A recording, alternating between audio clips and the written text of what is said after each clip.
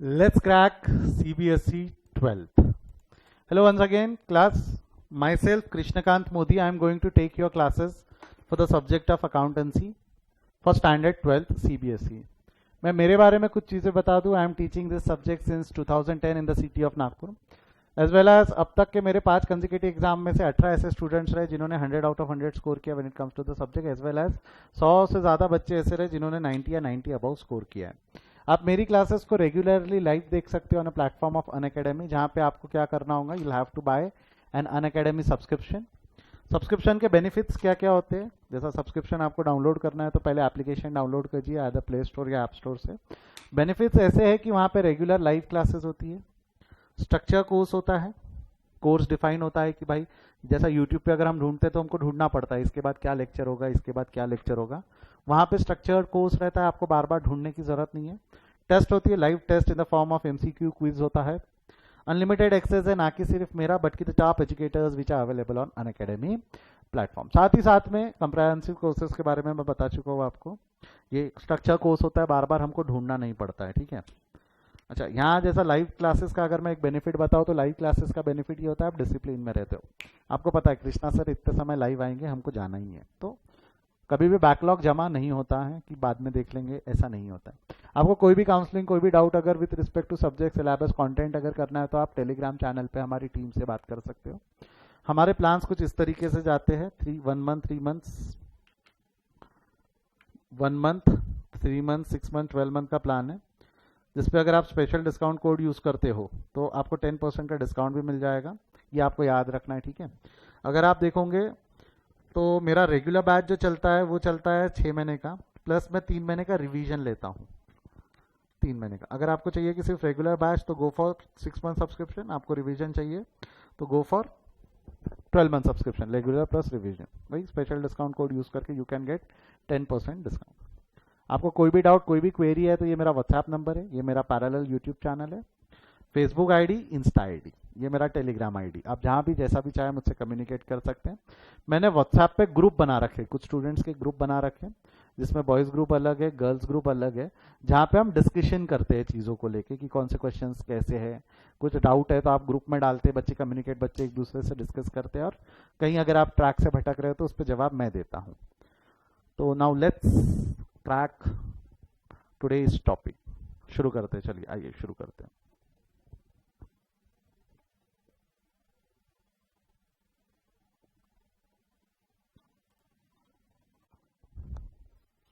Hello once again, कैसे हो आप लोग?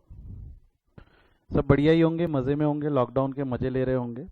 Class we are on goodwill topic, right? हम इस वक्त गुडविल टॉपिक में हैं. आगे बढ़ने से पहले मैं क्विक रिकैप करना चाहूँगा. गुडविल मतलब क्या होता है? Come on help me with that. फटाफट मेरे साथ बोलते चलो तो जल्दी खत्म हो जाएगा रिवीजन. गुडविल मतलब क्या होता है? Yes, goodwill is reputation of a business. अगर हमको reputation of the business in terms of money calculate करना है तो हम कर सकते हैं, बट हमारे लिए क्वाइट पॉसिबल नहीं है quality, labour, location, ASS, after sale service और इस सब का वैल्यूएशन निकालना. तो वी हैव टेकन 2 बेसिस, एक on the basis of profit, on the basis of capital. On the basis of profit 3 methods हमने पढ़ी, average profit, weighted average, super profit. वैसे देखा जाए तो on the basis of profit अगर हम बात करते हैं, on the basis of profit यदि हम बात करते हैं तो गुडविल का फॉर्मूला सिंपल था.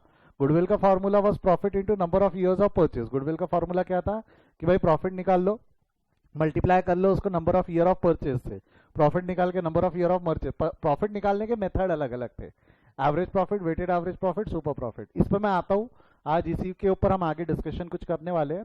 कैपिटलाइजेशन मेथड के अंदर में 2 मेथड थी, एक कैपिटल मेथड थी, एक हिडन गुडविल मेथड थी. कैपिटल मेथड के अंदर में 2 फॉर्मूले थे, average profit upon NRR minus capital employed, एक सुपर प्रॉफिट अपॉन एनआरआर.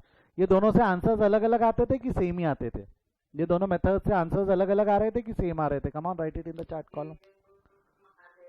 दोनों से सेम ही आते. ये दोनों फॉर्मूले अलग अलग नहीं है,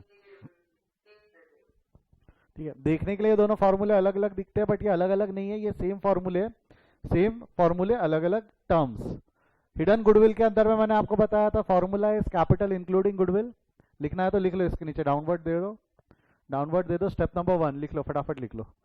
हिडन गुडविल के नीचे downward arrow. Step number 1 calculation of capital including goodwill. Calculation of capital including goodwill.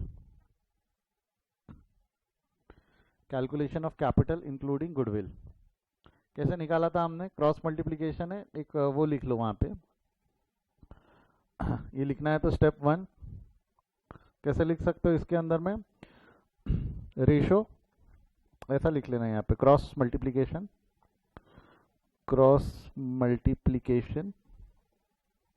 कैसा लेने का था हमको क्रॉस मल्टीप्लीकेशन में? कि रेशो ऑफ न्यू पार्टनर यहाँ लिखेंगे कैपिटल ऑफ न्यू पार्टनर और फर्म रेशो दैट इज 1, ये हमेशा 1 ही रहेगा, फर्म रेशो 1 रहेगा। तो ये कितना? Cross multiplication. This is your step number 1। You will get capital including goodwill. लिख लो इसको फटाक से, कैपिटल इंक्लूडिंग गुडविल। इसको फॉर्मूले में भी डाल सकते हो, बट अगेन फॉर्मूले में डालना यानी रटना हो जाता है। फॉर्मूला क्या बन जाएगा? कैपिटल डिवाइडेड बाय, यानी capital of the new partner divided by उस accounting ratio, capital divided by profit sharing ratio, जो न्यू रेशियोस का वो उससे डिवाइड कर दो। बट वो रटने वाला हो जाता है, इसलिए मैंने वो लिखवाया नहीं है। Next step number 2, capital of firm excluding goodwill. उसमें क्या करना? Take total capital of all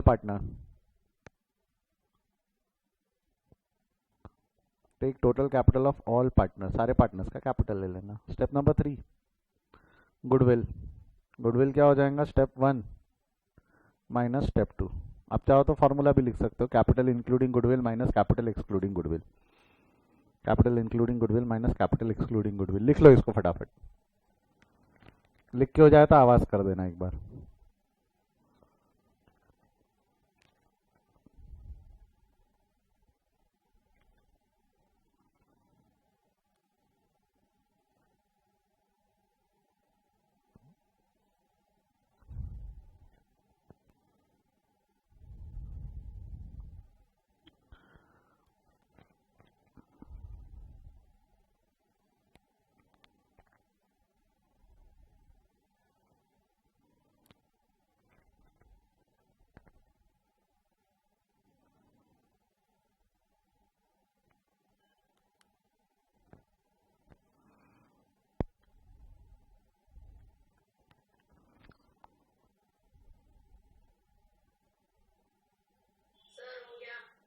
हो गया लिख के?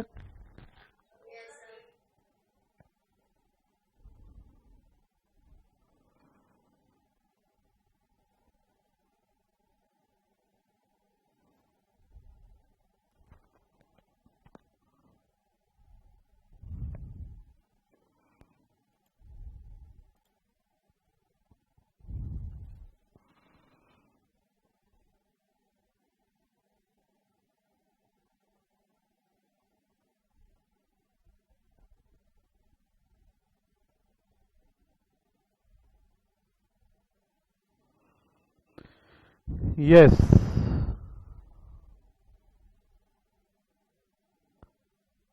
चलो आगे बढ़ते हैं। अब जरा मेरे को कुछ चीजें बताना। जब हम प्रॉफिट मेथड में थे, 2 मिनट वापस आ जाओ, प्रॉफिट मेथड में आ जाओ सभी लोग। जब हम प्रॉफिट मेथड में थे, तो जब प्रॉफिट मेथड में हमने गुडविल निकालना था, तो गुडविल का फॉर्मूला क्या था? Profit into number of years of purchase. बताओ जब गुडविल में प्रॉफिट हमने लिया था, ये प्रॉफिट कौन सा वाला था? पास्ट वाला या फ्यूचर वाला? हम जो ये प्रॉफिट निकालते थे, वो प्रॉफिट या तो एवरेज प्रॉफिट निकालते थे, वेटेड एवरेज निकालते थे, तो सुपर निकालते थे। तो ये average profit, weighted average profit, super profit, जो आने वाला प्रॉफिट है वो, कि जो बीता हुआ प्रॉफिट है वो। हमने कौन सा प्रॉफिट निकालने की कोशिश किए थे इसमें? फ्यूचर प्रॉफिट या पास्ट प्रॉफिट?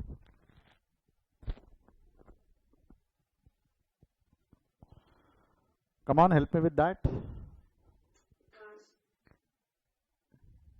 पास्ट।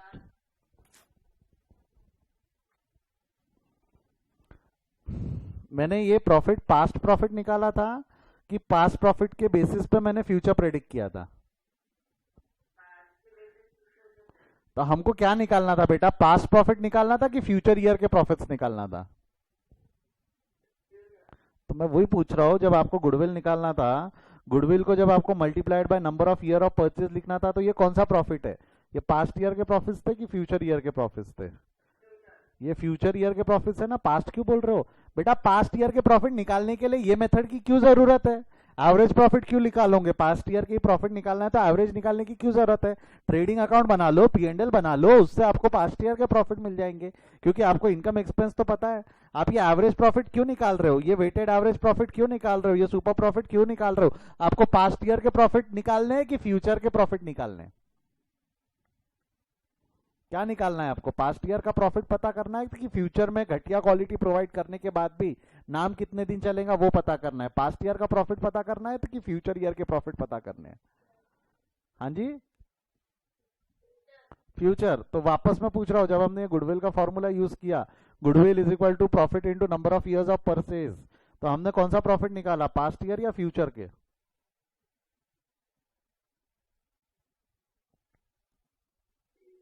फ्यूचर के। किसके बेसिस पे कैलकुलेट किया हमने इसको? किसके बेसिस पे कैलकुलेट किया? On the basis of past. Past के बेसिस पे हमने प्रेडिक्ट किया कि फ्यूचर में हमको कितना प्रॉफिट होगा।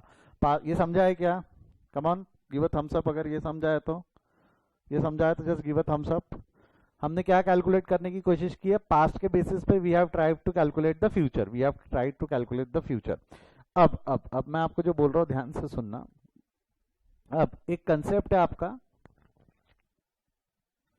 That is future maintainable profit.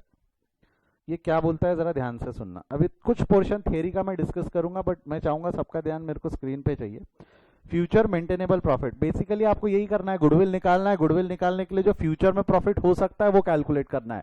मतलब the profit which we are going to maintain in the future, the profit which we are going to maintain in the future. घटिया से घटिया क्वालिटी प्रोवाइड करने के बाद भी हम फ्यूचर में कितना प्रॉफिट मेंटेन कर सकते हैं, हम फ्यूचर में कितना प्रॉफिट मेंटेन करके रख सकते हैं। तो फ्यूचर में जो प्रॉफिट हमको मेंटेन करके रखना है, आपको नहीं लगता इसमें कुछ एडजस्टमेंट्स करनी पड़ सकती है? एडजस्टमेंट्स करनी पड़ सकती है मतलब से एग्जांपल के तौर पे कुछ ऐसे खर्चे, एग्जांपल के तौर पे ध्यान देना, कुछ ऐसे खर्चे जो अब तक लगते थे, कुछ ऐसे खर्चे जो अब तक लगते थे अब नहीं लगेंगे, कुछ ऐसे खर्चे जो अब तक लगते थे पर अब नहीं लगेंगे। अब तक हमको देना होता था, हम उसको देते थे, बट अब आगे वो देने की जरूरत नहीं है, तो ऐसे खर्चे एडजस्ट करने पड़ेंगे। यस और नो? कुछ इनकम जो हमको अब तक होती थी बट अब आगे नहीं होने वाली। एक बात समझो, जब गुडविल निकालना है तो गुडविल के लिए मैं फ्यूचर ईयर, पास्ट ईयर के प्रॉफिट्स निकाल रहा हूं कि पास्ट ईयर के बेसिस पे फ्यूचर ईयर के प्रॉफिट्स निकाल रहा हूं? क्या निकाल रहा हूं मैं? Future profit. That is why topic का नाम भी है फ्यूचर मेंटेनेबल प्रॉफिट, जो फ्यूचर में हम मेंटेन करके रख सकते। तो जो फ्यूचर में हमको प्रॉफिट मेंटेन करना है तो उसमें कुछ एडजस्टमेंट्स ऐसे हो सकते, ऐसे खर्चे हो सकते जो अब तक लगते थे। क्या बोल रहा हूं मैं, ध्यान दो। ऐसे खर्चे हो सकते जो अब तक लगते थे अब नहीं लगेंगे, या ऐसी इनकम हो सकती है जो इनकम अब तक इनकम थी, अब तक इनकम थी बट आगे नहीं होगी, अब तक इनकम थी बट आगे नहीं होगी। या कुछ ऐसे भी तो हो सकते जो शायद अब तक खर्चे थे, खर्चे नहीं थे अब लगेंगे, खर्चे नहीं, लिखता हूं मैं, एक मिनट लिखता हूं। अगर मैं फ्यूचर मेंटेनेबल प्रॉफिट में एडजस्टमेंट देखूं तो दो एडजस्टमेंट्स है, दो बेसिस पे एडजस्टमेंट है। एक पास्ट के बेसिस पे कुछ एडजस्टमेंट है, फ्यूचर के बेसिस पे कुछ एडजस्टमेंट है। सर मतलब क्या हुआ इसका? देखो मैं एक एग्जांपल लिखता हूं, उससे हम उसको और अच्छे से समझने की कोशिश करेंगे। पहला, expenses paid till now not payable in future. यानी हमने अब तक के ऐसे कुछ खर्चे पे किए, अब तक के हमने पास्ट में ऐसे कुछ खर्चे पे किए जो अब पे करने की जरूरत नहीं है, जो अब पे करने की जरूरत नहीं है। सर ये नए चैप्टर का पार्ट है क्या? 2 मिनट पेशेंस रखो, मैं कनेक्ट करवा के दूंगा। और वैसे बेटा शिवम ये नए चैप्टर का पार्ट नहीं है, हम अभी भी गुडविल कैलकुलेशन में, गुडविल कैलकुलेशन में एफएमपी निकालना है, फ्यूचर मेंटेनेबल प्रॉफिट निकालना है। तो अब मेरे को एक चीज बताओ, ऐसे खर्चे, ध्यान देना, ऐसे खर्चे जो अब तक लगते थे, क्या बोला वापस बोलो, ऐसे खर्चे जो अब तक लगते थे अब नहीं लगेंगे। एग्जाम्पल के तौर पे मैंने हल्दीराम का गुडविल खरीद लिया, मैंने हल्दीराम का गुडविल खरीद लिया, हल्दीराम का ब्रांड खरीद लिया, हल्दीराम के सारे एसेट्स खरीद लिए, सारी लाइबिलिटीज खरीद ली। अब मेरे को एक चीज बताओ, हल्दीराम अपना प्रीमाइसेस रेंट पे चलाता था, जो हल्दीराम का प्रीमाइसेस है वो हल्दीराम अपना प्रीमाइसेस रेंट पे चला रहा था। जो एग्जांपल के तौर पे वो जो आपका एक आधा कोई भी ब्रांच पकड़ो वो रेंट पे चला रहा था। सदर का पकड़ लो, सदर का रेंट पे चला रहा था। सदर में मेरे पास खुद की जगह है, सदर में मेरे पास खुद की जगह है, तो वो जो हल्दीराम अब तक रेंट पे चला रहा था, वो रेंट का खर्चा मेरे को आगे लगने वाला है कि यस और नो? मैं क्या करूंगा, वो रेंटेड प्रीमाइसेस से हट के खुद की जगह पे शिफ्ट कर लूंगा उसको, हाँ या ना? तो जो एक्सपेंसेस मैंने अब तक पे किए, जो अब तक हल्दीराम एक्सपेंसेस पे कर रहा था, वो खर्चा क्या मेरे को फ्यूचर में लगने वाला है? क्या वो खर्चा मेरे को फ्यूचर में लगने वाला है? यस और no? Come on, write it in the chat column. फटाफट चैट कॉलम यूज करना चालू करो। तो चैट कॉलम लिखो। आप जवाब भी नहीं देते हो, चैट में भी नहीं लिखते हो, ऐसा नहीं चलेगा अभी। कम ऑन, जो खर्चे अब तक के नहीं लगते थे, जो खर्चे हम अब तक पे करते थे, क्या ये अब मुझको आगे पे करने की जरूरत है क्या? नहीं। तो आपको नहीं लगता यहाँ पे मेरा एक्सपेंस का सेविंग हो गया? आपको नहीं लगता यहाँ पे मेरा एक्सपेंस का सेविंग हो गया? यस और नो? भाई जो खर्चे मैं अब तक पे करता था, अब मुझे पे करने की जरूरत नहीं है, तो that will be a saving for me. Yes और नो? तो ये सेविंग की वजह से मुझे गेन हो जाएगा। ये सेविंग की वजह से मुझे क्या हो जाएगा? गेन। गेन हो जाएगा मतलब प्रॉफिट बढ़ जाएगा मेरा। गेन की वजह से प्रॉफिट क्या होगा? बढ़ेगा। फ्यूचर में मेरा प्रॉफिट बढ़ेगा। जो प्रॉफिट मैंने अब तक नहीं कमाया वो बढ़ जाएगा। रेंट में सेविंग है मतलब फ्यूचर का प्रॉफिट बढ़ गया। Second, income received till now not receivable in future.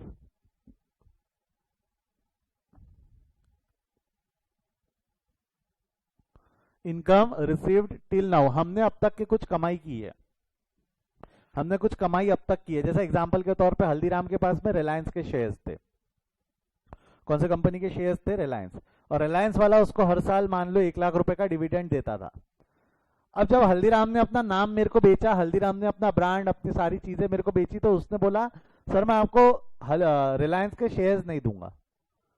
तो मैं क्या बोलूंगा, देख तू मेरे को अगर रिलायंस के शेयर्स नहीं दे रहा है, यदि तू मेरे को रिलायंस के शेयर्स नहीं दे रहा है, तो जो रिलायंस के शेयर्स में जुड़ा हुआ गुडविल है, सॉरी, जो रिलायंस के शेयर्स से होने वाली इनकम है, जो रिलायंस के शेयर्स से होने वाली इनकम है, वो इनकम भी हटा।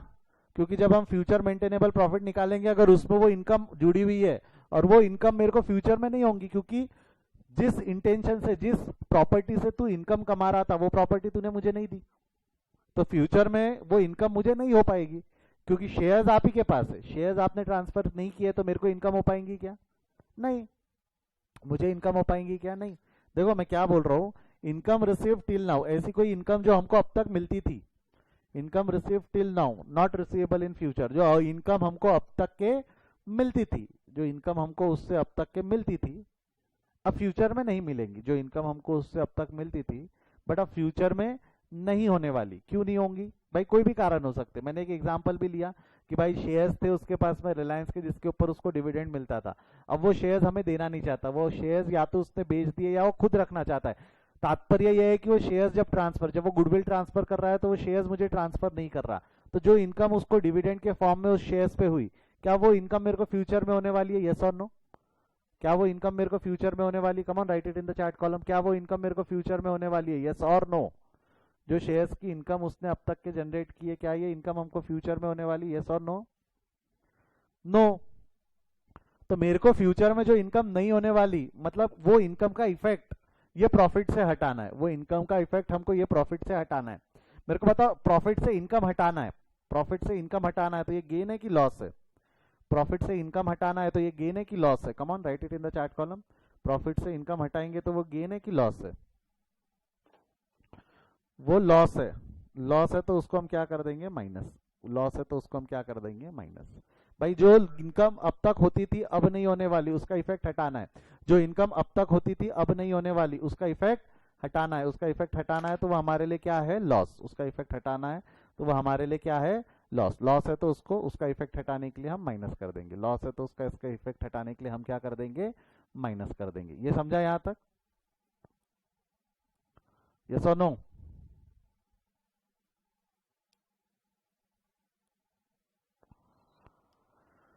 यस और नो? यस। यस। चलो अगला, दो फ्यूचर से रिलेटेड एडजस्टमेंट्स। दो फ्यूचर से रिलेटेड एडजस्टमेंट्स क्या हो सकती है? जो एग्जांपल के तौर पे, अगर एग्जांपल के तौर पे, सिंपल एग्जांपल है, ध्यान देना, मैं पहले एडजस्टमेंट्स लिख देता हूँ फिर समझाता हूँ। थर्ड एडजस्टमेंट जो फ्यूचर से रिलेटेड है हमारा, expenses not required, not required till now required in future या पेएबल इन फ्यूचर लिख दो ना।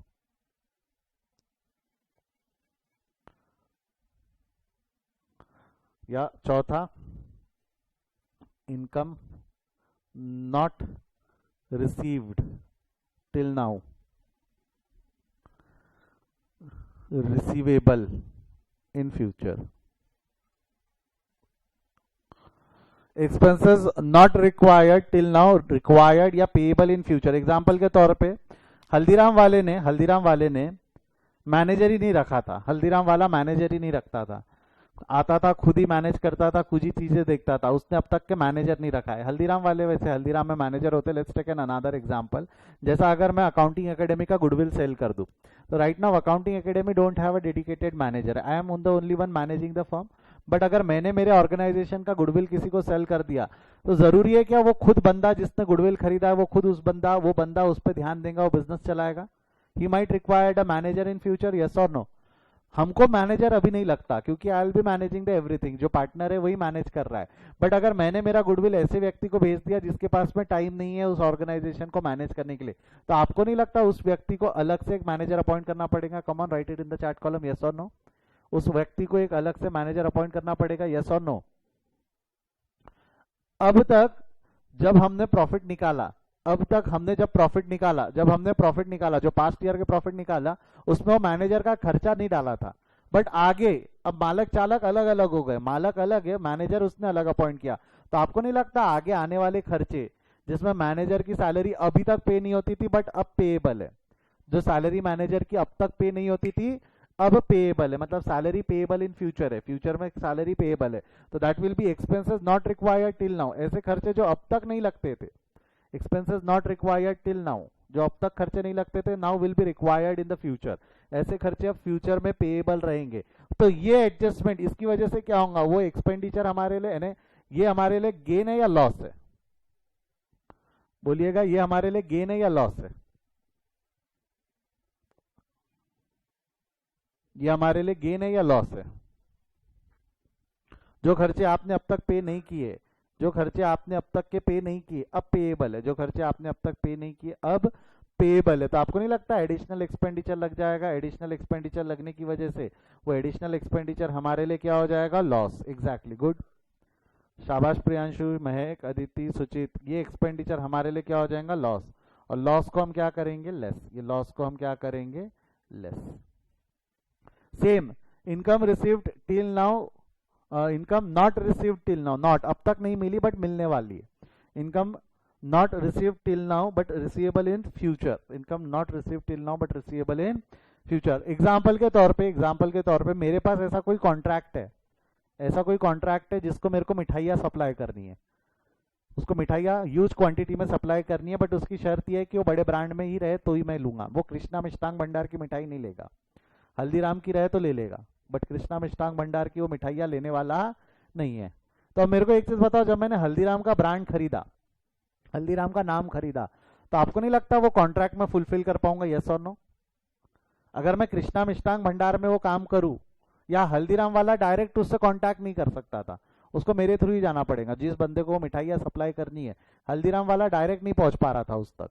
तो हल्दीराम वाले ने अपना नाम, अपना गुडविल मेरे को भेज दिया, बोले तुम ऑर्डर ले लो, गुडविल का मेरे को पैसा दे दो, अब तुम ऑर्डर ले लो। तो हल्दीराम को वो इनकम हो रही थी क्या? वो जो मिठाई जो कॉन्ट्रैक्ट बेसिस पे जो 40-40 किलो मिठाई मेरे से एक एक दिन में ले लिया रहता, वो हल्दीराम वाले के पास डायरेक्ट नहीं जा रहा था, वो मेरे पास आया, बोले आपके पास बड़ा नाम रहेगा तो ही मैं आपसे खरीदूंगा। तो ऐसा एक कॉन्ट्रैक्ट है ना मेरे पास, जिसको मेरे को सप्लाई करना है मिठाइयों की, जो हल्दीराम के पास नहीं था। ऐसा कोई कॉन्ट्रैक्ट हल्दीराम के पास में नहीं था। तो आपको नहीं लगता ऐसे कॉन्ट्रैक्ट की वजह से मेरे को फायदा हो जाएगा? ऐसे कॉन्ट्रैक्ट की वजह से जो हल्दीराम को अब तक नहीं हो रहा था, मतलब income not receive till now, Haldiram अब तक के ऐसी इनकम रिसीव नहीं कर रहा था, हल्दीराम को अब तक के ऐसी कोई इनकम नहीं हो रही थी, but this income will be receivable in future. ऐसी इनकम अब हमारे लिए रिसीवेबल इन फ्यूचर है। तो मेरे को एक चीज बताओ, ऐसी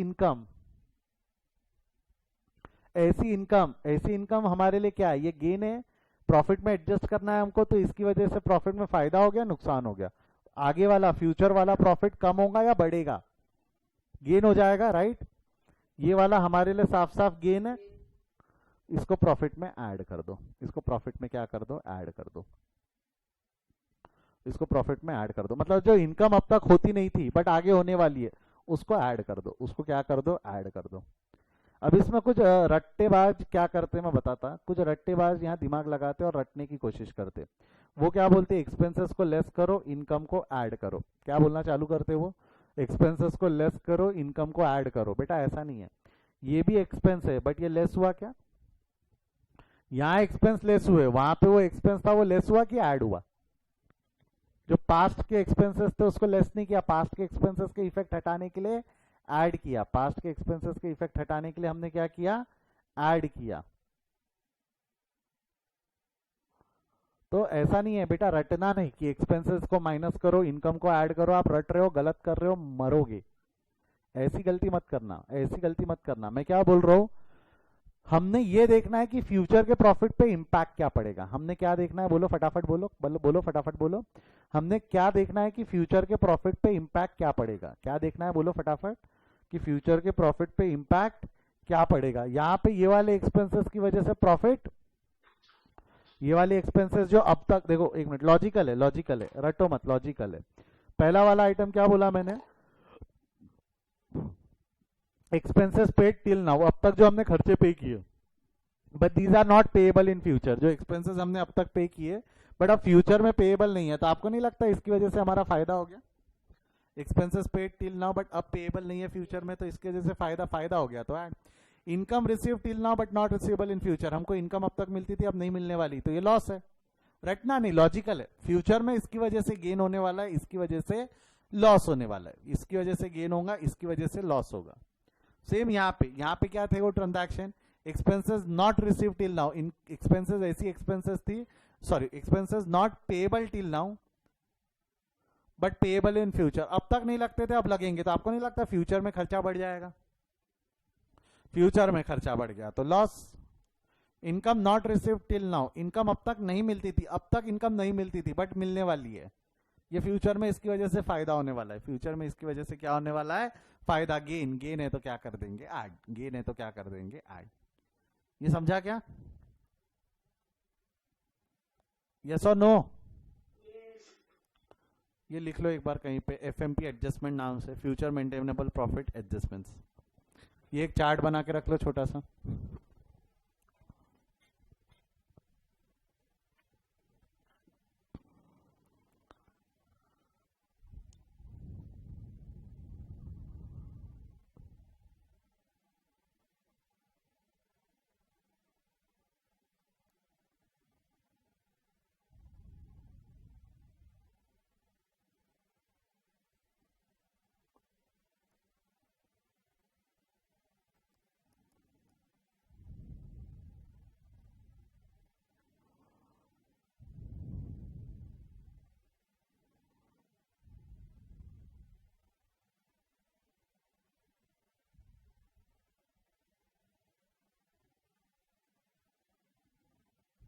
लिख के हो जाए तो आवाज करना।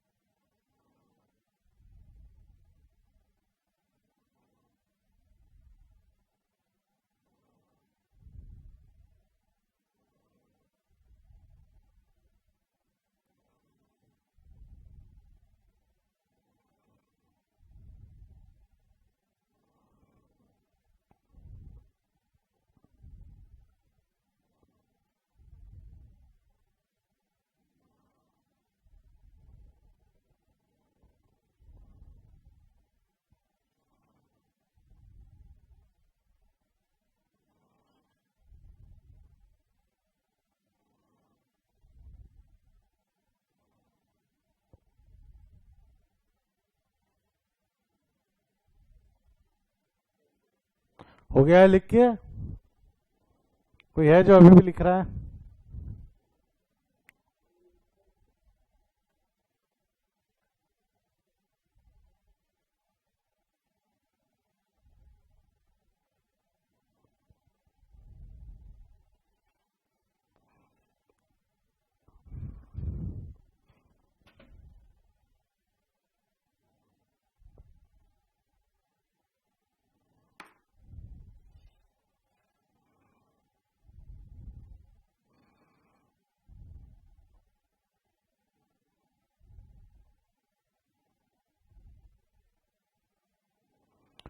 यस, आ जाओ problem number 5, sorry problem number 14।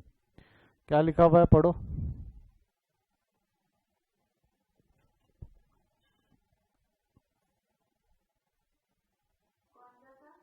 Problem number नहीं 14 तो हो गया, सॉरी प्रॉब्लम नंबर 16 पढ़ो क्या लिखा हुआ है। मन में पढ़ना, जोर से मत पढ़ना चालू कर देना। एक बार पढ़ो प्रॉब्लम नंबर 16 में, थोड़ा सा बाजू में नोट सेट करता हूँ।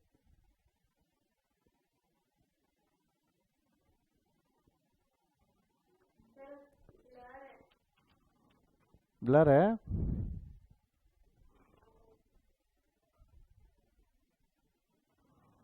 पढ़ो क्या है।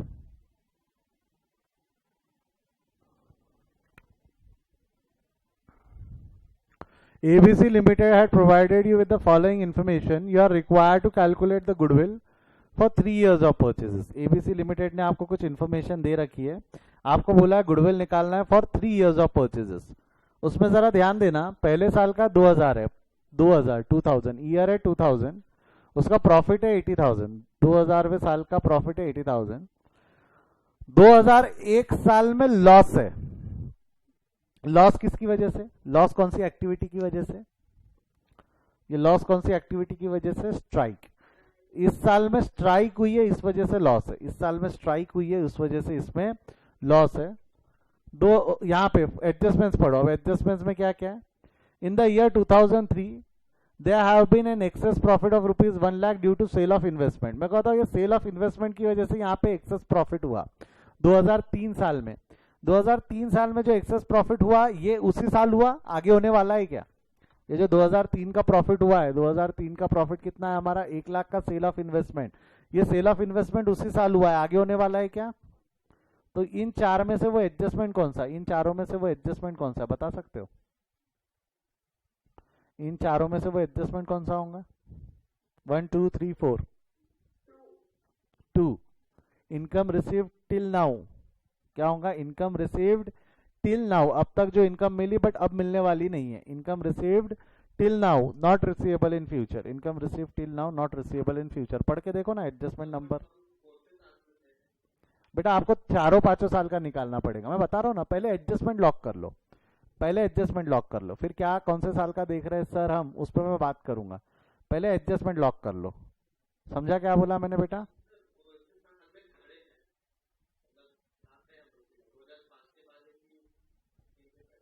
2005 के बाद है कि 3 के पहले? मेरे को एक चीज बता, गुडविल कब का कैलकुलेट करेगा तू? तू ही बता कौन से साल का कैलकुलेट करोगे? क्लास हम कौन से साल में खड़े रह के गुडविल कैलकुलेट करेंगे? 2005 के बाद, 2003 के पहले, 2002 के पहले, 2000 के पहले? कब करेंगे? हम कहाँ खड़े रहेंगे? एग्जैक्टली बेटा, जब ये इतने साल के प्रॉफिट दिए हुए तेरे को, मतलब ये प्रॉफिट उन्होंने ट्रेडिंग P&L बना के कैलकुलेट किया है। अब मेरे को जो गुडविल कैलकुलेट करना है वो 2005 के पहले का तो नहीं करना है, 2005 के बाद का करना है। तो ये जो प्रॉफिट दिए हुए, ये कौन से प्रॉफिट दिए हुए? फ्यूचर दिए हुए कि पास्ट दिए हुए? बेटा ये जो प्रॉफिट दिया हुआ है, ये प्रॉफिट कौन से प्रॉफिट दिए हुए? फ्यूचर प्रॉफिट्स या पास्ट प्रॉफिट्स? पास्ट प्रॉफिट्स है। इसके बेसिस पे हमको क्या कैलकुलेट करना है? इसके बेसिस पे हमको क्या कैलकुलेट करना है? अरे हाँ बाबा, एक मिनट, बाकी उससे भी पूछ रहा हूँ मैं। इसके बेसिस पे हमको फ्यूचर के मेंटेनेबल प्रॉफिट निकालना है, और फ्यूचर मेंटेनेबल प्रॉफिट निकालने के लिए कुछ एडजस्टमेंट्स करने की जरूरत पड़ सकती है। वो कुछ एडजस्टमेंट्स क्या है, वही तो हम पढ़ रहे हैं ना। ये 4 एडजस्टमेंट्स करने की जरूरत पड़ सकती है, तो ये यहाँ पे हम उन्हें 4 एडजस्टमेंट देनी है। और जिस साल में लॉस हुआ, जैसा ये वाले साल में हमको लॉस था, ये वाले साल में हमारे को लॉस था बिकॉज ऑफ स्ट्राइक।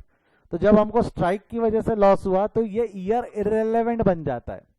ये ईयर इररिलेवेंट बन जाता है फॉर कैलकुलेशन ऑफ गुडविल।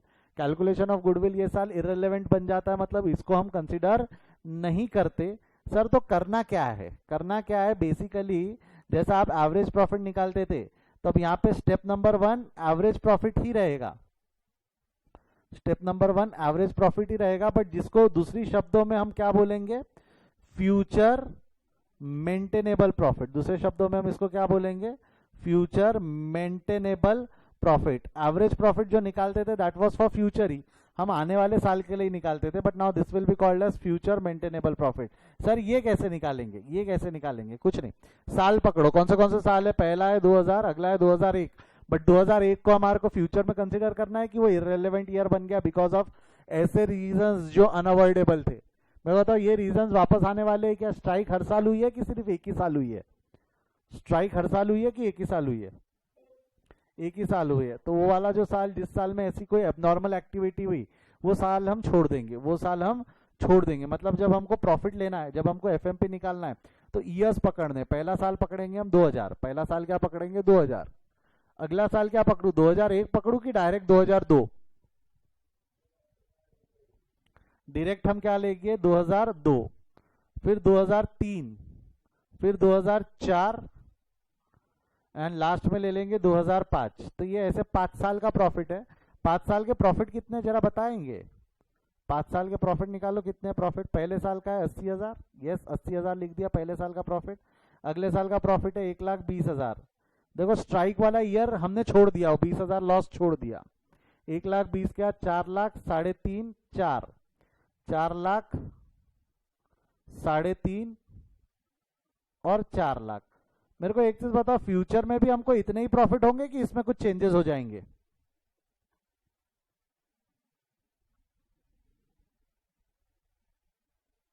मेरे को बताओ फ्यूचर में हम इतना ही प्रॉफिट कमाने वाले हैं कि there will be certain changes in this profits?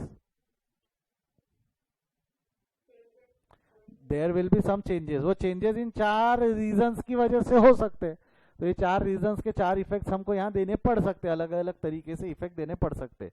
Sir कैसे, तो क्वेश्चन में दिए हुए देखो, पहला वाला क्या दिया हुआ है, in the year 2003 there has been an excess profit of ₹1 lakh due to sale of investment. मतलब सेल ऑफ इन्वेस्टमेंट की वजह से यहाँ पे एक एक्सेस इनकम हुई हमारी, यस और नो? तो ये इनकम रिसीव्ड टिल नाउ, क्या बोल रहा हूं मैं, इनकम रिसीव्ड टिल नाउ, ये ऐसी इनकम अब तक होती थी अब नहीं होंगी। तो मैं बताऊं income receive till now but not receivable in future, income receive till now वो second point, not receivable in future, loss है ना, लॉस को क्या करेंगे ऐड या लेस, बोलो फटाफट, लेस। अच्छा इसको लेस करेंगे, 1 लाख रुपए को लेस कर देंगे, 1 लाख रुपए को जब आप लेस करोगे, यहां लिख रहा हूं मैं लेस, पॉइंट नंबर 1 इनकम या सेल ऑफ इन्वेस्टमेंट। मेरे को एक चीज बताओ, ये इन्वेस्टमेंट हमने हर साल बेची कि सिर्फ 2003 में बेची? तो सिर्फ 2003 में से इसका इफेक्ट हटाना, पूरे हर साल में से इफेक्ट हटाते मत बैठना। कौन से साल से इफेक्ट हटेगा उसका, सिर्फ 2003 से। कौन से साल से इफेक्ट हटेगा, सिर्फ 2003 से, बाकी साल में कोई एडजस्टमेंट नहीं है, यहाँ एडजस्टमेंट कोई नहीं है, उससे रिलेटेड नहीं है। मतलब सेल ऑफ इन्वेस्टमेंट सिर्फ यही हुई, सेल ऑफ इन्वेस्टमेंट सिर्फ यही हुई। तो ये समझा, एक जन का सवाल था कि सर हर साल से माइनस करना है, उससे करना है, कब करना है? बेटा जिस साल में इनकम है उसी साल से हटाना है, जिस साल में इनकम है उसी साल से मेरे को बताओ, ये माइनस करके मैंने इफेक्ट हटाया है ना, कि इनकम इसमें आई हुई है इसको हटा दो, इनकम इसमें आई हुई है इसको हटा दो। ये समझा यहाँ तक? समझा है तो एक बार थम्स अप दे दो, मैं आगे बढ़ सकूं। कोई डाउट है तो रेज योर हैंड, डाउट है तो raise your hand.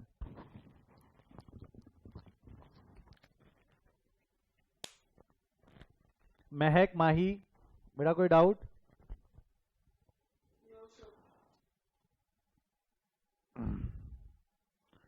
Yes.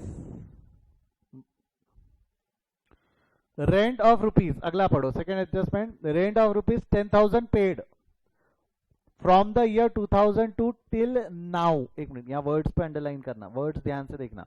Rent of rupees 10,000 paid from the year 2002 till now, यानी ऐसा कोई खर्चा जो हम 2002 से अब तक पे कर रहे थे, is no longer required, is no longer required. मेरे को बताओ ये एडजस्टमेंट क्या है, ये एडजस्टमेंट क्या है?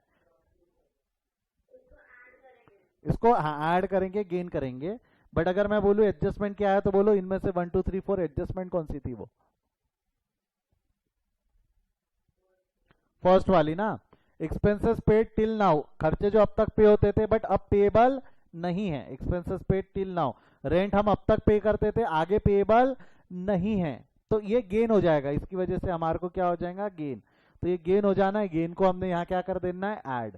अच्छा मेरे को बताओ ऐड कौन से साल में करूं, सिर्फ 2002 में करूं कि 2002 से लेके अब तक करूं? 2002 से लेके 2005 समझो, वो पूरा खर्चा वो क्योंकि एक साल का नहीं है, 2002 से लेके अब तक का। तो रेंट नो लॉन्गर रिक्वायर्ड, यहां लिख रहा हूं मैं add adjustment number 2, rent no longer required 2002 से, यहां से कितना 10,000 रुपए यहां ऐड कर दिया, 10,000 रुपए यहां ऐड कर दिया, 10,000 रुपए यहां ऐड कर दिया, 10,000 रुपए यहां ऐड कर दिया। मैंने पहले साल में नहीं लिया हो, ध्यान से देखना, मैंने 2000 वाले साल में नहीं लिया हो क्योंकि वो रेंट का खर्चा हमको यहां से लगा था, तो यहां से हमने 2002 से उस खर्चे को ऐड करना शुरू किया, 2002 से हमने उस खर्चे को ऐड करना शुरू किया। जमता यहां तक? और हाँ या ना? हाँ। अगला है managerial remuneration paid till date is provided with 60,000 which in the future will be 1 lakh. अब तक मैनेजर का रेम्यूनरेशन हम 60,000 रुपए देते थे, अब मैनेजर का रेम्यूनरेशन कितना होने वाला है, अब मैनेजर का रेम्यूनरेशन कितना हो जाएगा, 1 लाख। तो रेम्यूनरेशन कम हो गया कि बढ़ गया, कितने से बढ़ गया? तो आपको नहीं लगता ये जो 40,000 रुपए का खर्चा है वो अब तक नहीं लगता था, अब लगेगा? Come on help me with that. ये 40,000 रुपए का खर्चा हमको अब तक नहीं लगता था बट अब लगेगा। अच्छा ये खर्चा अब तक नहीं लगता था बट अब लगेगा, तो इसको क्या करेंगे हम, ऐड या लेस? एक्सपेंस, एक मिनट कौन बोला add? Expenses not required till now, expenses not required till now payable in future. जो 40,000, देखो एक मिनट बात समझो, अब तक 60,000 रुपए तो हम पे कर रहे थे बट अब आगे 60 नहीं, आगे 1 लाख पे करना है। 60,000 रुपए was paid till now but आगे 1 लाख रुपए पे करना है, तो there will be an additional requirement of 40,000। तो झगड़ा 60,000 के लिए, 40,000 के लिए कि 1 लाख के लिए? झगड़ा कितने अमाउंट के लिए हो रहा है, 60, 40 या 1? वो खर्चा जो फ्यूचर में बढ़ने वाला है, क्या बोला मैंने, वापस बोलो, वो खर्चा जो फ्यूचर में बढ़ने वाला है। फ्यूचर में बढ़ने कितना है, अब तक 60 तो लगता ही था, बड़ा 40,000 से, बड़ा कितने से है, 40। तो 40,000 के लिए झगड़ा है, झगड़ा किसके लिए है, 40,000। तो वो जो 40,000 का जो रेंट है, 40,000 का जो कमी मैनेजरियल रेम्यूनरेशन है, that was not required till now will be required in future.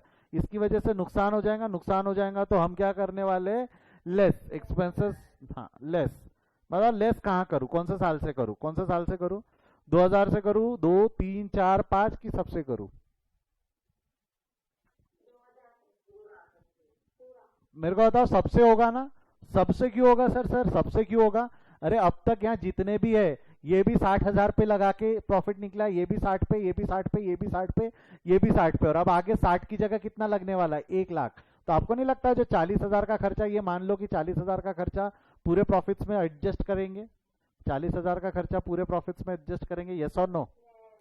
तो कहां से एडजस्ट होगा, 2000, 2002, 2003, 2004, 2005 की सभी में? एक्चुअली सभी में होगा, हमको किस में एडजस्ट करना है, सभी में। इसको सॉल्व करने के 2 तरीके हैं, इसको सॉल्व करने के 2 तरीके, 2 मिनट। एक्चुअली सभी में लगाना बोलना गलत है, मेरे को फ्यूचर के 40,000 रुपए कम करने, फ्यूचर के प्रॉफिट से कितने रुपए कम करने, 40,000 रुपए कम करने। अभी आपके बोलने पे मैं सभी पे लगा देता हूँ, ठीक है, शॉर्टकट सभी पे भी लगाया तो गलत नहीं है, अभी का सभी पे लगा देते हैं, बाद में मैं दूसरा शॉर्टकट भी बताऊंगा। मैनेजरियल, या रादर ऐसा लिख दो, इंक्रीज इन मैनेजरियल रेम्यूनरेशन,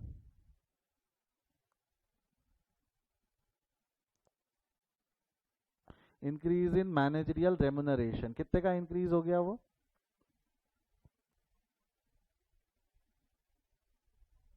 अब तक लगता था 1 लाख का, अब लगेगा, सॉरी अब तक लगता था 60,000 का, अब लगेगा 1 लाख का। तो कितने से इंक्रीज हो गया, 40। ये यहाँ से 40 कम हो गया, यहाँ से 40 कम हो गया, यहाँ से 40,000 कम हो गया, यहाँ से 40,000 कम हो जाएगा, और लास्ट वाले से भी 40,000 रुपए कम हो जाएगा। तो we have reduced 40,000 from each year. We have reduced 40,000 from each year.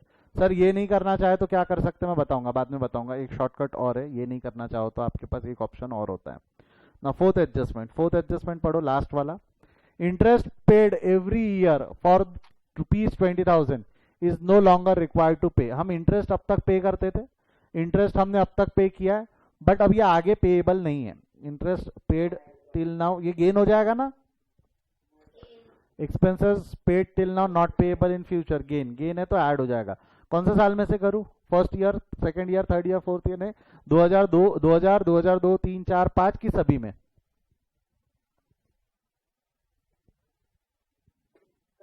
क्योंकि एवरी ईयर है, हर साल हमको खर्चा लगता था, अब नहीं लगेगा. तो ये गेन हो गया 20,000 रुपए का. यहाँ क्या कर देंगे, add fourth adjustment interest saving. करो, इंटरेस्ट सेविंग कितना हो जाना है इसमें सभी में, 20,000 रुपये, 20,000 रुपये, 20,000 रुपये, 20,000 रुपये, 20,000 रुपये और 20,000 रुपये. ये 20,000 रुपये का गेन हमने सभी में ऐड कर दिया. लो एक बार प्लस माइनस करो, मैथमेटिक्स लगाओ थोड़ा दिमाग, प्लस माइनस का क्या आ रहा है बताओ मेरे को.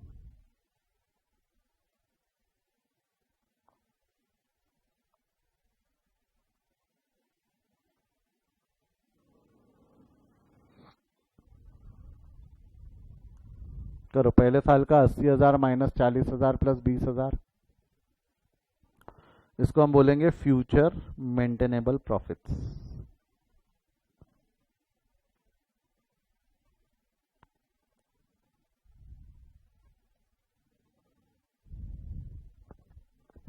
अस्सी में से 40 गए, 40,000 प्लस 20 कितना आएगा, पहला कैलकुलेशन फटाफट करो. 80,000 माइनस 40, 40 प्लस 20, ये हो जाना है 60,000. ये करो 1,20,000 प्लस 10,000, 1,20,000 प्लस 10 माइनस 40 प्लस 20, कितना आ रहा है.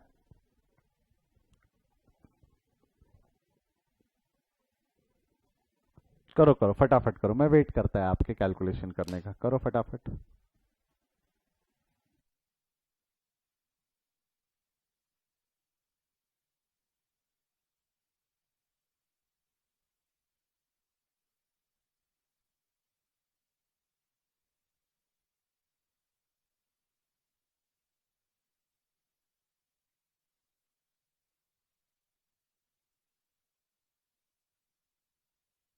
सेकंड वाले का क्या आया बोलो, सेकंड 2002 का कितना है, 1,10,000 पता चल रहा है मुझे. एक थर्ड वाले का बोलो, थर्ड वाले का 4 लाख माइनस 1,00,000, 3 प्लस 10, 2,90,000 आ रहा है शायद. फोर्थ वाले का 2004,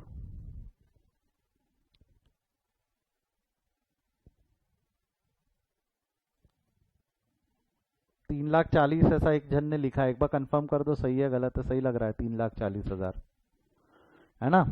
10,000, 20, 30, 30, 40 माइनस 10, 350 में से 10 चले गए तो 3,40,000. सेम यहाँ पे कर लो, माइनस 10, 3,90,000 हो जाएगा.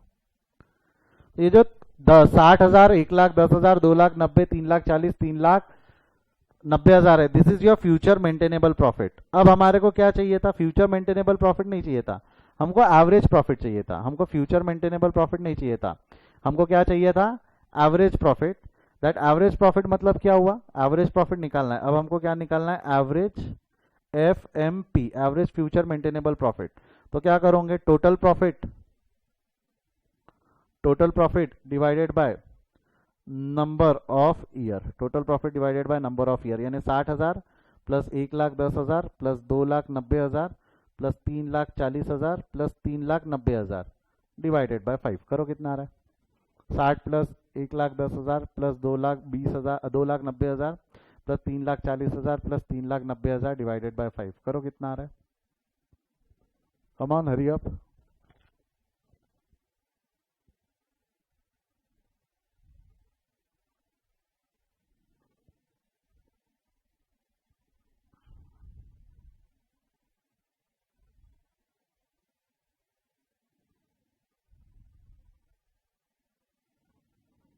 करिएगा, फटाफट करिएगा, कितना आ रहा है?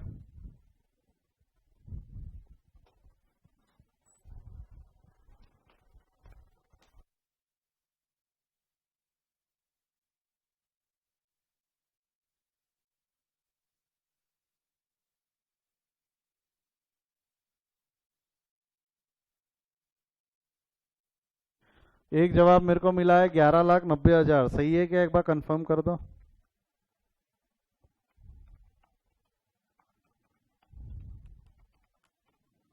यस, 11,90,000 डिवाइडेड बाय 5 बराबर है वो 11,90,000 डिवाइडेड बाय 5 कितना आ रहा है?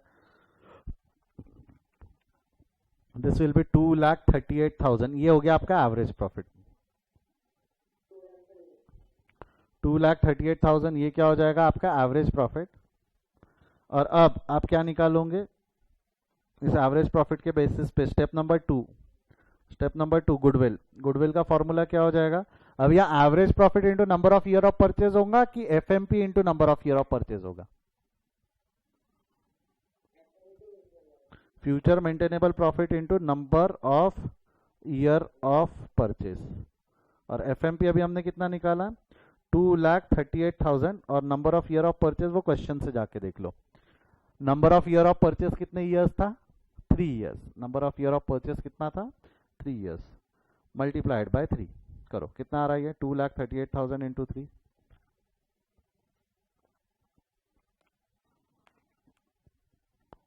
7,14,000। कितना आ गया वो? 7,14,000। तो this will going to be your goodwill. 7,14,000 का गुडविल है। आई होप एक मोटा मोटी समझा कि करना क्या है इस क्वेश्चन में। बेसिकली आपको पहले एफएमपी निकालना था, फ्यूचर मेंटेनेबल प्रॉफिट, जो फ्यूचर में रिक्वायर्ड है। उसके बेसिस पे आपने एवरेज निकाला और एवरेज के बेसिस पे आपने गुडविल निकाला। एक्चुअली एवरेज प्रॉफिट ही निकाला आपने, but the only difference is कि एवरेज कौन सा एवरेज लिया, जो प्रॉफिट लिया वो कौन सा प्रॉफिट लिया आपने? फ्यूचर। और लेना भी फ्यूचर का ही पड़ता है। मैं आपको डे वन से यही बता रहा हूँ। आप दिमाग में पता नहीं पास्ट पास्ट क्यों ले बैठ रखे हो। हमारे को जो प्रॉफिट लगता है वो पास्ट का लगता है कि फ्यूचर वाला लगता है? हम जो निकालते हैं वो प्रॉफिट कौन सा निकालते हैं? पास्ट प्रॉफिट या फ्यूचर प्रॉफिट? फ्यूचर। ठीक है, कुछ इसके शॉर्टकट्स, कुछ और छोटे छोटे कंसेप्ट है, बट मैं कल बताऊंगा। जैसा कि मैंने आपको ये 40,000 रुपए बोला हर साल से माइनस किए, आपके पास एक ऑप्शन रहता है इसको हर साल से माइनस करने की जगह आप एवरेज से एक बार भी माइनस कर सकते हो। ये मैथ्स की प्रॉपर्टी है, ये जो मैंने बोला ये मैथ्स की प्रॉपर्टी है। बट ये क्या है, कैसी है, क्या हो सकता था, क्या नहीं हो सकता था, उस पर हम डिस्कशन कल करेंगे। बट फ्यूचर मेंटेनेबल प्रॉफिट का कंसेप्ट समझा आप सभी को कि भाई फ्यूचर मेंटेनेबल प्रॉफिट निकालना है तो ये 4 एडजस्टमेंट्स करनी पड़ती है। खर्चे जो अब तक नहीं होते थे बट अब होने वाले हैं, तो एडिशनल एक्सपेंडिचर है, expenses not required till now required in future less, income not received till now will be received in future gain है। whereas जो expenses paid till now है, क्या बोला? जो expenses paid till now है, जो खर्चे अब तक के पे किए but not payable in future, ये gain है, ऐड करो। और income received till now but not receivable in future, वो लॉस है, उसको लेस करो। वो लॉस है उसको क्या करो? लेस करो। तो फटाफट इसका आंसर ले लो, स्क्रीनशॉट ले लो रादर आप लोग। क्वेश्चन नंबर 16 का पहले स्क्रीनशॉट ले लो, मैं नोट्स जल्दी आपके साथ शेयर करता हूँ, पर for today only just take the screenshot. Question number 16 का कमान हरी अप स्क्रीनशॉट ले लो। जो बच्चे हमारे साथ 11th के लिए जुड़े, बस I am starting the batch in 5 minute, बस वेट करिए, शुरू कर रहे हैं हम। स्क्रीनशॉट ले लिया क्वेश्चन नंबर 16 का?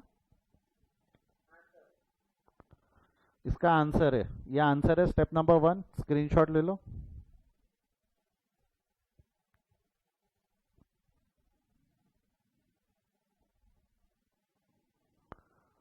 स्टेप नंबर 2, एवरेज एफएमपी और गुडविल, इसका स्क्रीनशॉट ले लो।